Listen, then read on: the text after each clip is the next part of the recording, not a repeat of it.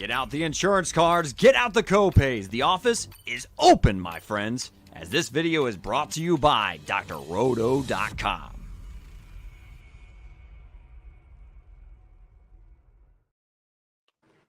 Good afternoon, everybody. It is In the Cup, brought to you by drroto.com. I am Johnny Danger. With me, of course, Mr. Adam White. We are here to talk DFS and betting PGA at Texas Children's Houston Open.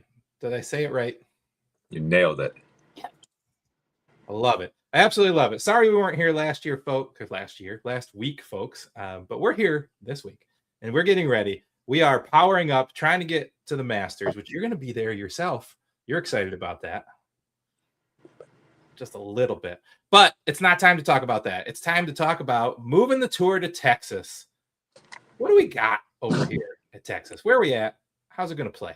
Well, as you said, we're at the Texas Children's Houston Open, formerly the Shell Houston Open. At least they're still calling it the same name. We're at Memorial Park Golf Course, just outside of lovely Houston, Texas. I've got the weather forecast pulled up. I've got the course fit pulled up. Pretty unique setup this week. I don't know if you've taken a gander at the scorecard, but we've got 5 par 3s this week and 3 par 5s. So a bit of a unique setup relative to most tour stops. That makes it a par 70.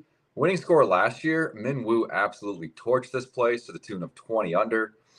Previous to that, we've had winners more like in the 10 to 12 under range. Based on weather and what I'm hearing about the course, I would expect it to be a little closer to that, 12 to 15 number. I don't think anyone's getting to 20, especially with the top dog, Scotty Scheffler, withdrawing due to his wife having a baby. Maybe she just had it. Maybe she's about to have it. At any rate, the golf course is going to call for a lot of sort of mid to long range approach shots. The par 3s, 3 of them are between about 170 and 190, and then you got a couple of them over 200. You also have several long par 4s. So finishing hole at 500, you've got number 14 is at about 530. Another one at 500 on number 12. So you're going to have some, again, pretty long approaches here. We like long iron players. Looking at the course fit, we've got the course fit favoring driving distance. Accuracy doesn't matter as much. Approach play and putting, as always. If you compare those two things, good approach play and good putting, you are in for a good week. And that's exactly what we've seen with historic, top of the leaderboard type data sets over the last several years. So should be a pretty good week. We've got, all things considered, a pretty decent field. 2 weeks removed from the Masters. I think a lot of guys are going to use this as kind of their final prep, take a week off for rest, maybe get to Augusta. But I think we're set, ready to break it all down and see who we like and who we don't like. It'll be man versus machine, I guess, or sim in your case. Yeah, man versus machine. I like that. Speaking about the machine, sir, we have our family a league. There's 22 of us. What do you think about this? I have picked the winner 3 times in 6 matches now, 7 matches, however many we've played. And I'm in second to last place because every single time somebody has withdrawn after lock, they have been in my lineup this year. So thank you, Scotty, for withdrawing in plenty of time for me to not have you in my lineup when you decide to walk away. I really appreciate it. Again, kind of like last week. Who was it that withdrew pre-tournament? I texted you. At least they had the courtesy of doing it right, instead of Thursday morning at 10:20 when the lineups have locked. But a lot of outrage about this. Like, I think we're going to get to the point where the true DFS honks are like calling local urgent cares and medical facilities to be like, "Hey, have any PGA Tour players checked in? Are we worried about a WD?" I leave that up to you. You can make those phone calls for me. I will not be doing that. We take this stuff seriously. We enjoy it. But that's the biggest thing, is it's supposed to be for enjoyment. And these players that withdraw, like Morikawa mid-round of the players, they're not doing it because they want to. They worked their asses off to get there in that competitive arena. So I think it's unpredictable, and I think you've kind of gotten screwed. So what are you gonna do about it? Times, but I'm gonna claw back. We're only 6 out of 19 events done, so I got time. We can make this happen. But we're gonna start this week, sir. We're gonna get right into this. We are gonna look at our DraftKings matchup Even with Scotty in there, man, there was nobody else near him in the salary. Not a single 10K person. Lots and lots of 9Ks. I'm going to come out boldly right now, sir, and say not a single one of these 9K guys is going to win this tournament. What do you think of that? I think you predicted Jake Knapp, who was 9,500 before the show. So no, I said that's what the sim said. That's what the sim said, Jake Knapp. Yes. Okay. So you're predicting a little bit more of a long shot, but we'll talk about who some of those guys might be. I like a lot of the guys in the 9K range. A couple, as we talked about, seem a little bit overpriced, but that could create some kind of ownership leverage opportunities. I think this week could be relatively volatile. From what I've seen in the past sort of data sets, you can get it done a number of different ways. You don't have to be a bomber. Sami Valimaki contended last year, as did Rory, as did Minwoo, super long hitters. There's different ways you can get it done around here, which I kind of like about the course. The year before that, Steven Yeager outdueled Scotty. You had some other shorter hitters, including your neighbor, tied for second, Mr. Taylor Moore, not overly long by PGA Tour standards. So I think up top, like if you've looked at it lately, the super chalk guys last week were who? We had Smotherman, super chalky. We had Ryo Hisatsune, super chalky at his highest price of the year. I think it's a good time to fade the mega chalk, such as Jake Knapp, Minwoo, and go with some pivots up top. Just only if you're trying to win tournaments, I like it. So let's talk about Brooksy. We've been waiting for him. He's here. I guess you would say the talent in the crowd is ripe for him to maybe make his way to the top and hold it. Are you in on Brooksy this week? I am. Brooks, the thing I like about him is he used to be kind of a no-show in the regular tour events, and then he'd show up in the majors. He seems like he's got something to prove. He's been trending each week in a positive direction. The putting was actually in the positive last week, strokes gained for the second time in 3 weeks. Historically, he's putted pretty well in Texas, so I expect things to go pretty well here. The thing I love is his approach play. You don't have to drive it accurately. Like Minwoo won the event last year without getting strokes off the tee. He actually lost a little bit. But the last two weeks, players, he was almost 2 strokes per round on approach, strokes gained, and last week almost a stroke and a half. So his approach play is sustained now for 8 consecutive weeks at a very high level. That's what you need if you're Brooks, and that putter gets a little hot. He's going to be maybe the 4th, 5th highest owned guy up in this range. But I see no reason why you couldn't start a lineup with, say, like him and Kitayama and be a little different than most of the guys who are going to go probably Minwoo, Gotterup, and then down to probably Jake Knapp. Well, let's take a quick look over there at some of this ownership up at the top. Let me put a little, 20% off DFS Hero for promo code DOC up there. They've got Jake Knapp up there predicted as the number 1 ceiling play, and runner-up Minwoo right below that. But if we slide over and look at the ownership, you're kind of right here, buddy. They're really spread out between that 16 to 20 at the top there. Falling off a little bit with Kurt Kitayama, which the Sims do like him quite a bit as a pivot in the top. So having a 8-9% owned Kitayama, if it stays there, having Scotty withdraw is going to mess with this for a couple days. So definitely check into your ownership projections before tee off on Thursday morning. But if he stays down there at half the ownership, absolutely take a guy like Brooks or take a Gotterup or even a Ricky Fowler, who's been having kind of a good year, and pair him with a Kitayama, and you can kind of avoid some of the chalk by going 2 9K guys that way.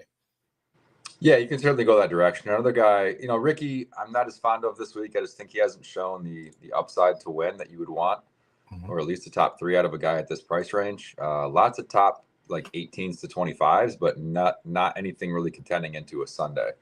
Knapp, we know Knapp's gonna be popular. The other guy that's interesting to me is Nikolai Højgaard. He can definitely gain a lot of strokes on the field off the tee. So you can kind of gain in a variety of ways here. If he gets that going and he putts well, which he has been doing, I think he's going to go a little overlooked after kind of a lackluster performance last week, T55. He was kind of a darling there for a bit, had a couple top 10s in a row. But he's got the skill set, and he's also highly motivated to get into the Masters. He's just outside the top 50 right now, top 50 in the world after I believe it's next week. We'll get into the Masters, and he's right there. So not that you need any extra motivation to go out there and compete for millions of dollars, but Nikolai has that. Marco Penge also played really well last week, was contending, right to the back nine on Sunday. Phenomenal driver of the golf ball. Early in the year, I called him for first round leader at Riviera, and he was like 6,700 that week. Now he's 9,100. How about that little jump in salary? Well, I got him up on the board right here, Adam, if you can see it, and he has been, middling in the 7,000s, low 7,000s, and a couple of 6,000s. To have him up in 9,000, I mean, that one, it shows that he's been pretty good, minus the cut at the Players, but also kind of the strength of field is down if you've got guys like him in the 9,000s. For sure, and he's got high upside. It's just if he's going to be, I'm showing 20% owned. If he's up there in the same range as Brooks or Knapp, or I'm taking the guys who are better players. Like Kurt Kitayama is a better PGA Tour player than Marco Penge at this point. Penge has all the potential in the world, but first time seeing the course, not for me. Not for me at that price and at that ownership. So, I'm in on Kurt. One, I love my Sims. The Sims love him.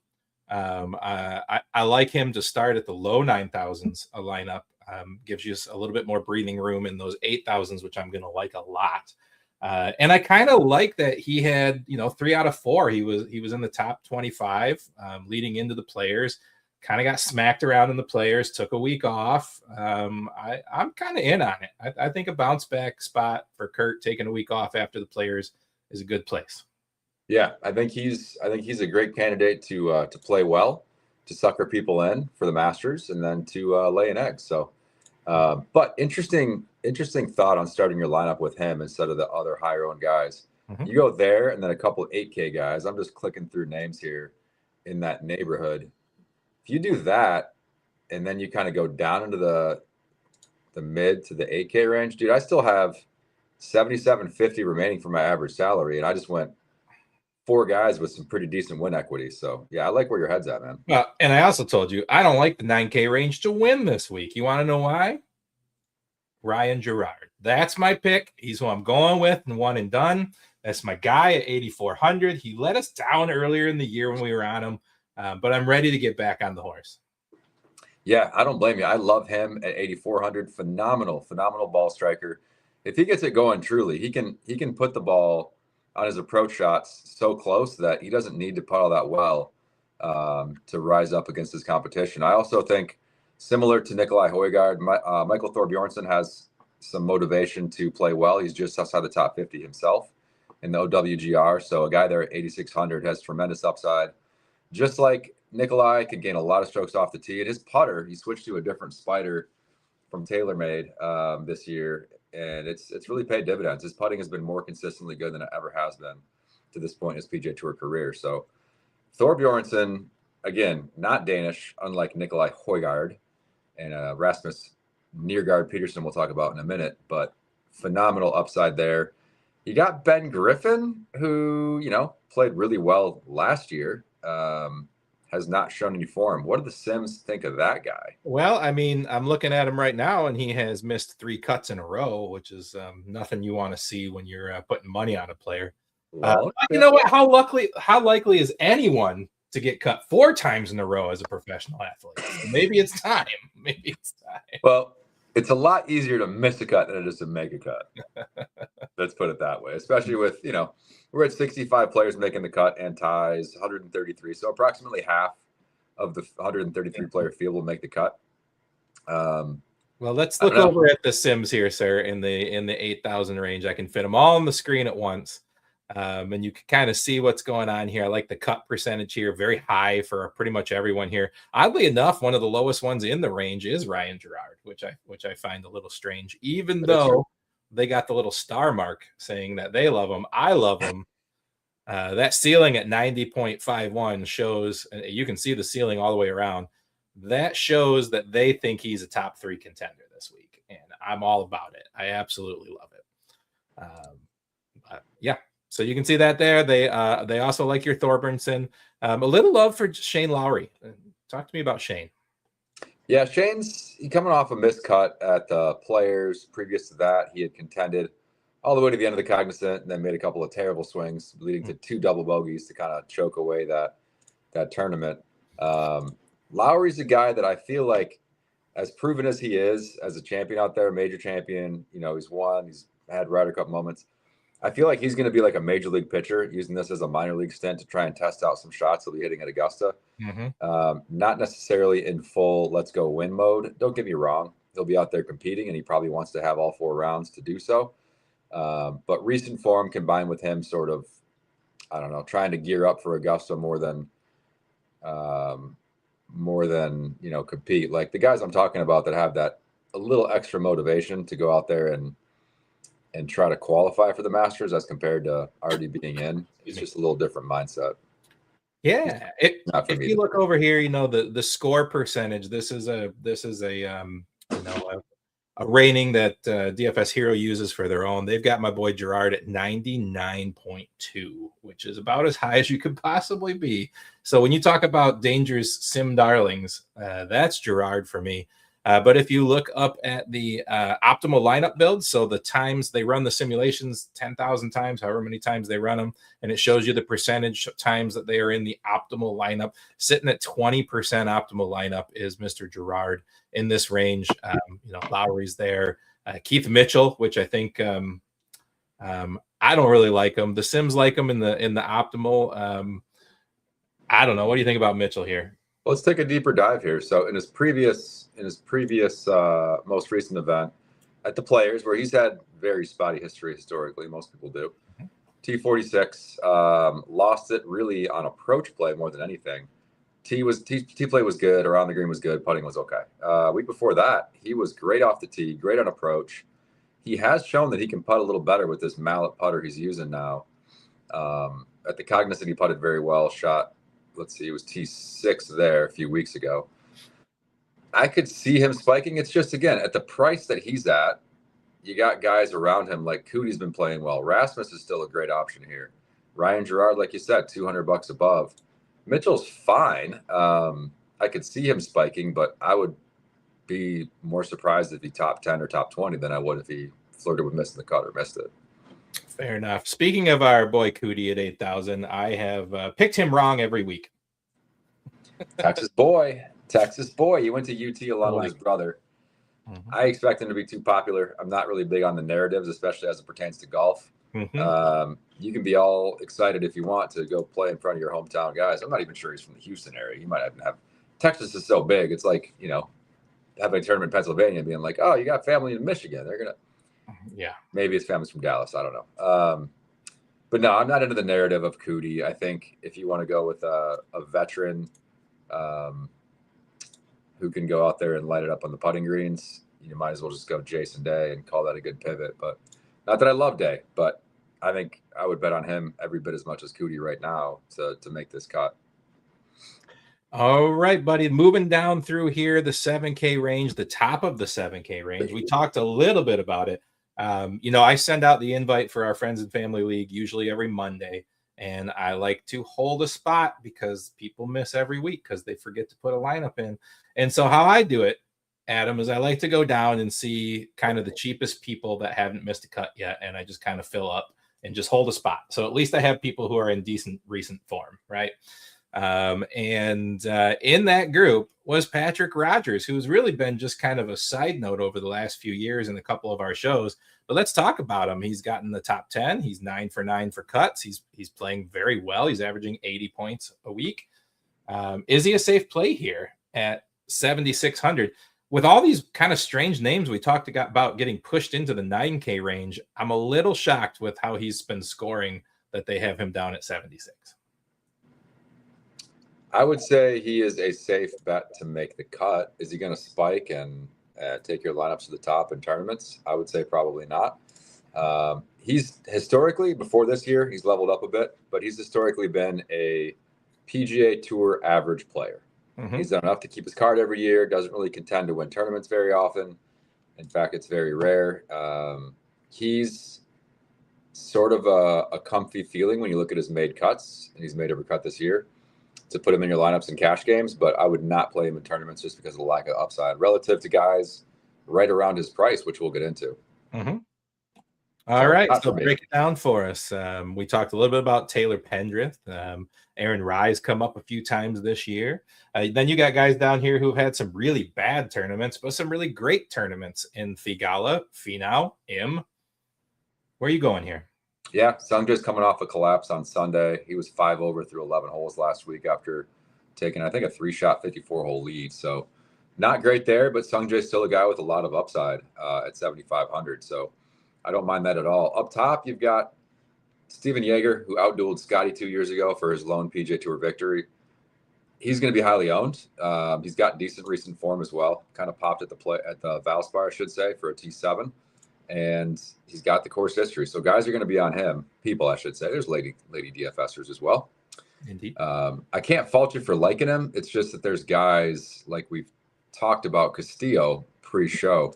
This guy's really put together some solid form. He won in Puerto Rico on an off week, finished 5th at the Cognizant, came back, made the cut at the Players, understandably, a little bit of a letdown there.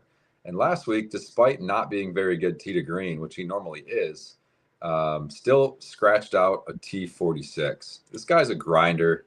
I like his game long term. He's still very, very young in his early 20s. I think Castillo's a good play. And then Finau, to be honest with you, I'm waiting for the week where he truly contends into Sunday. And I think this could be it. He finished second here a couple years ago. Likes the course. Driver's starting to look better. If he putts decent like he has been, he's going to be right there. There's one more guy we've talked about a lot, like majors, former European Tour player. The first initial in the last, the first name in the last initial, Jordan S. Make you think of somebody else from Texas. But Jordan Smith, phenomenal ball striker. We talked about him for a long, long time, especially at majors, because tee to green play wins out. He finished 3rd last week, 16th and 23rd, the 2 weeks before missing the cut at the Players. May be popular, but I think Jordan Smith's a great bet for a top 20, top 30 if you can find it on your books. You're going to get some pretty good odds on him too.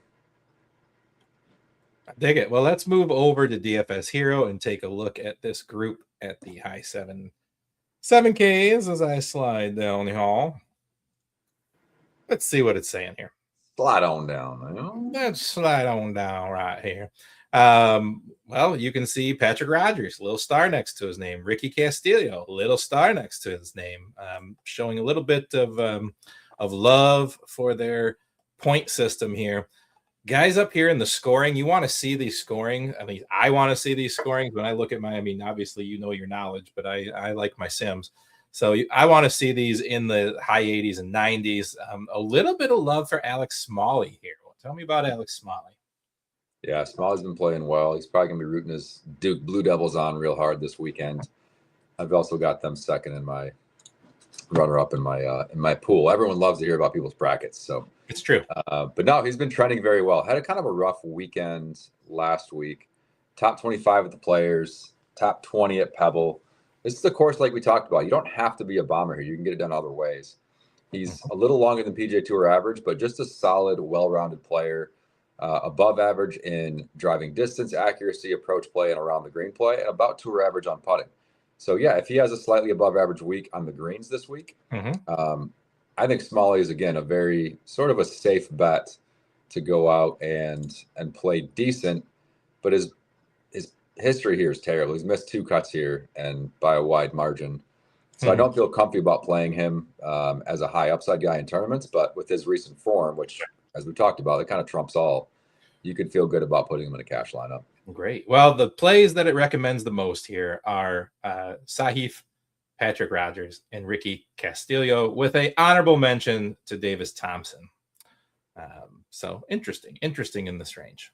All right, let's go back to the low 7,000s. Let's go below Mr. Smith. We'll start with Mr. Fox. I'm kind of into Ryan Fox this week. Yeah, I know you can be. He very much pissed me off withdrawing at the Players, but again, I think he did it pre-tournament, so at least there was that. Right. Yeah, I could be talked into getting back on him. I need like one more day to process my emotions as it pertains to Ryan Fox. I mean, look at this 5 straight tournaments, sir, where he's been tied for 24th or better. He's playing good ball. Playing really well. I just don't know what the conditions of the withdrawal were and whether he's fully recovered. But we'll go to a couple guys that I think give you tremendous upside in this range. Okay. We talked about him a couple weeks ago, but Christopher Wrighton is he is over from the DP World Tour. Not quite on the level of Marco Penge, who we've talked about, but a really, really good tee to green player. He can get really hot with the putter, and he doesn't have a lot of course history because it's his first year on the PGA Tour. But when he spikes, he was T17. He was, I think, top 5 after 2 rounds at the Cognizant just a few weeks ago. Has the sort of ball striking game to just rise up anyway, even though he doesn't have experience here. We talked about Sudarshan, man. We talked about Sudarshan before the Players. Sadly, I didn't play him at the Players, but he's going to be highly owned at 10%, but at 7,200, he's just shown that he doesn't need course history at a golf course. If you can go to the Players Championship and play well at TPC Sawgrass, putting together a brilliant weekend and finishing top 5, yeah, he can do that just about anywhere. So Sudarshan's a guy that I absolutely like. One more. I'll give you a clue. He's got 4 initials to his name, and you liked it earlier in the year. Almost sounds like a rock band from the 80s. ADDC, baby. There you go. There you go. Yeah, Adrien Dumond Dechassart. Spiked last week, had a bit of a rough Sunday, but still finished T26. Around the green play was phenomenal. He's usually very good off the tee because he's a bomber. If he can keep it in the fairways, approach play is decent. I could see ADDC doing well. He's a very volatile player. I could also see him missing the cut. You know what I don't like looking at his scoring profile on DraftKings right here is that round 4 is his worst round every single match. I don't care for that. Yeah, it's a bit of the Sungjae syndrome. He tends to have rough Sundays, but yeah, I hear you there. Again, it's a volatile play. Matty Schmid, though. Matty Schmid is the one that I believe has a lot of upside here. He had a great finish in Texas last year. I believe he finished runner-up. Let me look at which event that was. But Matty's he's kind of that driver and putter model where he can drive the piss out of the ball. Yeah, the Charles Schwab last May, he finished second. Great off the tee. Recently, not as good off the tee, but his approach play has spiked. His putting was very good at the Players. T5 Puerto Rico, T9 at the Cognizant, some recent form, some good Texas history. So the German, Matty Schmid, I could get on that. All right, 7,100. That ain't bad. Let's look over at the DFS Hero and kind of slide down into that range. Let's see who they like here. Scoring here. Oh, they like HT Lee. HT Lee. How Tom? Interesting. Yes, sir. Okay, I've never heard him called HT Lee before. Well, I wasn't going to pronounce it, so I just threw it out there, buddy. Well, I'm looking at the top of this board right there at SH Kim, who finished T7 last week, had a really good week. Yeah. Super talented young player. I mean, he's 27, so he's not like super young, but I could definitely see him continuing the role here at 6,900. HT Lee, maybe, but that's the guy that stands out at the top here. Let's work our way down. Okay. Well, they absolutely love your guy from last week. They love him. They do not like Puttgeiter, and I probably will never play him again. I'm not gonna lie. You're saying Puttgeiter is dead to you? He's dead to me, sir. Dead to me. They do like ADDC. Look at that, 92.4 scoring right. They like him. He's not alone. I have a flag plant for you here. Yes, tell me it.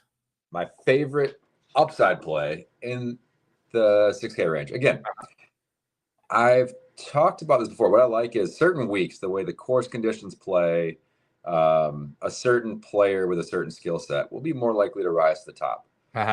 I like the long driver / streaky putter. Now, this guy is definitely a streaky putter. And I don't know how he did at Puerto Rico on the greens, but he finished T8. Finished T24 at the Qatar Masters in February. He's got the distance. He's got the upside. Finished T16 at the Open last year. It's Jesper Svensson, the Swede. Jesper, I just have a strong feeling he's going to spike this week. I think I'm going to bet him for top 20, and he's right there at the same price as Chandler Blanchet, who finished runner-up. Are you playing my same game where he can't possibly get cut that many times in a row again? Is that what we're trying to do here? Volatile player. Like I said, terrible on the greens, but he has spike weeks putting sometimes. I'm banking on him to have that spike week. Finished T27 here last year. I mean, He likes these greens. Gained a stroke per round on the greens last year at this course. All right, you haven't convinced me. Move along. Try again. I'll convince you by playing him in our home league, and I'll whoop you. All right. How about Putnam? Still down there at 6,700. The putt man. Yeah, he did perform quite solidly last week. I don't mind what I've been seeing with his trends. It's kind of why we were on him last year. I just respect the hell out of these tour grinders who just keep going after it, even though they don't have the distance of some of these young bucks they're competing against. You know, it's not a play that I love, but you know, I mean, how many times are you going to love a $6,700 play? There's some guys that I've loved. I'll tell you one I do love at 6,700. Been waiting for this guy to show some form. He finally showed it last week. Finished T30. Kevin Yu. Kevin Yu showed he does know how to putt. You, baby. You might have been better off putting for him up until last week. He lost over 4 strokes per round in 2 rounds at the Players on the greens alone. You know how hard that is to do? You got to putt like backwards and left-handed and just not give it. But he did bounce back, phenomenal off the tee, you know, good approach play. He has the statistical profile that you would want from a golfer. If you're looking for upside guys and you want to go like 2 9Ks, 2 8Ks, and 2 6Ks, just skip the 7K altogether. It'll be different. That's the guys that I like. Jesper, Kevin Yu. We're going for upside here, man. We're swinging for the fences. Nope, that's true. I tell you what, I am going to play AJ Ewert until it proves me wrong. I'm just going to keep going with him. I mean, he had a great weekend last week. Didn't he finish top 15 last week? Oh, T11, my friends. Yeah, I mean, the dude kind of just keeps getting it done. I mean, I didn't play him with Players, but I played him the 2 weeks before that, and it paid off for me, sir. Yeah. Now, here's one more who was cut, all of a sudden T30 last week. Found it off the tee. Was absolutely ripping drives last week off the tee. If you look at his, I don't know if you look at the Data Golf dispersion cone. Yeah. Or the skill set cone where it's like, you know, around the circle here would be PGA Tour average. And if you're PGA Tour, like Alex Smalley's almost right around it. His is like driving distance is way up here. It's the one thing he does better than everybody else. Everything else is way inside the PGA Tour average. With that said, he had a great week off the tee last week. And if that continues and he's average everywhere else, Alejandro Tosti could be intriguing. Interesting. Yeah, not for me. Not for me. 600. Can we talk about Johnny Vegas? We can. That's a streaky guy. He's a Mhm. Texas boy. I think he lives in the Houston area. And I cannot believe he T18'd at the Palmer and we didn't play. I can believe we didn't play him. There was no reason to. Like, what leading into that would have led you to say, yeah, let's go Johnny Vegas? My love for Johnny Vegas would lead me into that, as you know. You just like his name. He doesn't even spell Jonathan like an American does, which is he really doesn't. It's terrible. Jonathan. Yeah, it's okay. Can we talk about some Corn Ferry fellas and can they compete? I mean, we got my boy Cole Hammer. Cole Hammer, Texas boy. You also, I think you said Bronson Burgoon week. Yes. Or something like you texted Corn Ferry week, sir. Yeah. They're right next to each other at 6,200. Come on. Bronson Burgoon. Oh, you know who else is at 6,200? He's been playing absolutely terrible, and he's been dead to you for years. Yeah. EVR, baby. EVR. I heard him on a podcast over the offseason, and they were like, I really think this is the year, man. You're going to turn the corner. You're ready for a career year, and missed every cut. Just terrible. It's not good. No. Can I play Cole Hammer? Come on, tell me I can play Cole Hammer. You can do whatever you want. I mean, if you want the cool name, guys, go with Vegas, go with Hammer, go with Pontius Nyholm, go with Bronson Burgoon, and you can fit in whoever you want up top. Sorry for the F-bomb. Hey, but come on, Bronson Burgoon. He's been top 15 3 weeks in a row at the Corn Ferry. Can he look? There's no competition here. All the top guys aren't here. Tell me Bronson Burgoon can't finish a T15 this week. I'm going to tell you that he won't. He's been ripping off top 15, top 20 finishes on the Corn Ferry, but the thing is, the Corn Ferry Tour is not the PGA Tour. He missed the cut at the Texas Children's Houston Open in 2024. Was back on the Corn Ferry in 23. On the Corn Ferry last year. Shriners 2021. That's too far back, man. He's a different player now. Look, he has that skill set we were talking about, right? He bombs the ball.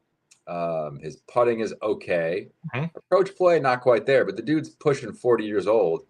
He's still out there. Like, I respect it. He's out there grinding, but unless you're really desperate for it, if Scotty was in here, I would say maybe you push it and go. Well, yeah, if you're playing Scotty, you need at least one low 6K guy.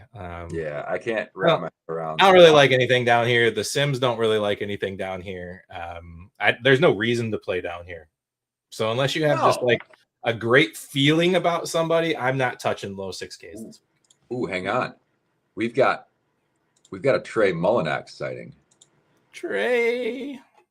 Why? Well, how did he get in? Anyway, we don't need to go through this, but made the call last year. T39, Trey Mullinax, bomber, absolute bomber. Accuracy, not great at all. But approach play is decent.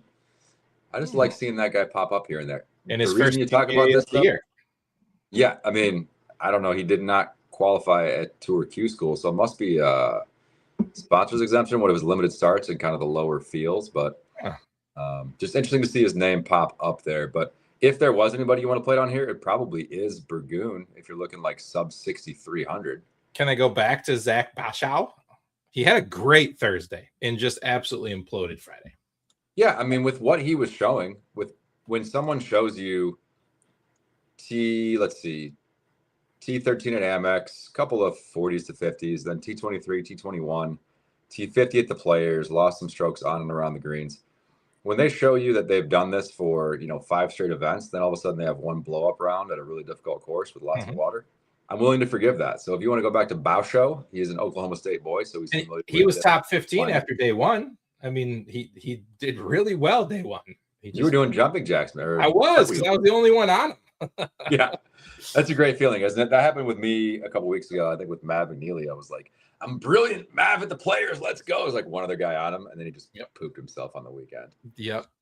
No good. Yeah. I don't think we need to. I mean, I'm probably going to play AJ Ewart at 66 because I've been riding with him, and I'm probably just going to keep riding with him.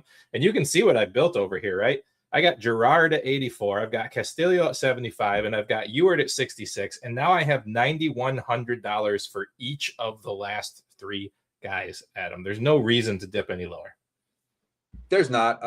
The one guy I want to mention, he is exactly 31 years old and 0 months. I don't know why that's relevant, but he's a Texas guy, played at UT. His mom was on TV a lot when he played in the U.S. Open, was contending through a couple rounds. Everybody thought she was hot. That's why I remember it. Bo Hostler. He great putter around the greens, accurate driver, not usually a great approach player, but he's a Texas boy. It's not a narrative thing like Pearson, but when you're a Texas boy and you can flight it like he does, I wouldn't say he's due to pop, but I wouldn't be surprised if he popped up for a little top 30. Got you. All right. Well, week, man. You can play a lot of guys. I can put Nikolai. I can put Adam Scott. I can put Kitayama, and then still get my boy Gerard, who I think's winning the whole thing. I can still get the darling of the simulator, Castillo, and my boy, the Canadian AJ Ewart in, and I like it. It looks good to me. I'm just going to hit update entry and call today. Yeah, that's it. You're sticking with it? Boom. Sticking with it, sir. All right. Plant your flag. Don't touch it. I have planted the flag. All right, buddy. Who you got first round leader? Ooh, come on now. Come on. Question. Give me 1 second to think about that. If you want a longer shot, Michael Brennan. You can certainly get hot with the driver and the putter. That's kind of what you need. Approach play can be decent. Yep. Again, only 3 par 5s, 5 par 3s. So I definitely want some phenomenal iron players. Hot first rounder. Let's go Kitayama. Kurt Kitayama can go out there and scorch it for an 8 under 62. 8 under 62 on Thursday. Kitayama, KK. All right. He loves special. One and done. Who's winning it for you? You know where I'm going. I'm already going Gerard. Yeah, I think Gerard's a good play. I think, and talking about pricing with DK, man, 8,400 and then Penge is at 9,100. This guy has a top 10 last year at this event. His ball striking has been phenomenal. Back-to-back runner-ups to start the year. He's just the dude. I think I'm going to go Brooks, man. I think I'm going to go Brooks. I think Brooks is just hungry to prove it. He wants to keep that mo going into Augusta. He had a chance to contend last week and didn't quite do it. I'm going Brooksy. Secondarily, if you still have Thor Bjornsson available, just go ahead and fire him up. Like, that dude is due to win a golf tournament. Damn near won the Players. Obviously blew up on Sunday, but pressure unlike he has ever felt before. Yeah, Thor. Get behind that. All right, who's your mid-range hero today? Mid-range hero. We're talking like 8 down to 7K range here. Yeah, 8 to high 7s. You know, your 8,000 range to high 7s. Who's your mid-K? Who's your mid-time guy? Who is it? Jordan Smith, 7,400. Jordan Smith, 7,400. Ride the form, baby. He's a great ball striker. Might not suck at putting on this course. Pivot off of Foxy. Foxy. I'm going Ricky Castillo at 7,500. I knew it. I was about to say him, but I'm like, nah, I gotta say him. No, come on, that's mine. Do it. Oh, know it. All right, and who's your cheap bastard, as Willie Walls would say? My cheap bastard? Yep. Oh, man. I already said it. It's a risky one, but we're going to go Jesper Svensson. Call of the year. I'm still going with AJ Ewert. They are disrespecting him at his price in this field. It's feeling like Rio Hisatsune Light from early in the year, where we kept looking at him going, why is he 6,800? He's finished top 15 to 20 every week. Mm-hmm. And he kept doing it. Yeah, I like it, dude. Also, you know, it's maple syrup season, so the Canadians have an edge. It's true. I wonder if Sudarshan likes maple syrup. Mm-hmm. Possible. The hard question I gotta ask. On that note, we're going to get out of here. Thank you, everyone, for tuning in to In the Cup, brought to you by drroto.com and powered by DFS Hero. We are still doing it all. We are going to have football coverage kicking back up again. The baseball season is here. Our guys are doing baseball. Our hockey guys are still doing stuff. Our NBA guys are still there. We got MMA. We got wrestling. You name it. It's done at drroto.com. Make sure you come check us out soon. And, of course, use promo code WIN at drroto.com for 10% off. We'll see you all soon. Thanks for stopping by the office. Get your fantasy prescription by subscribing to the channel and checking out drroto.com. And until the next visit, be well and take care.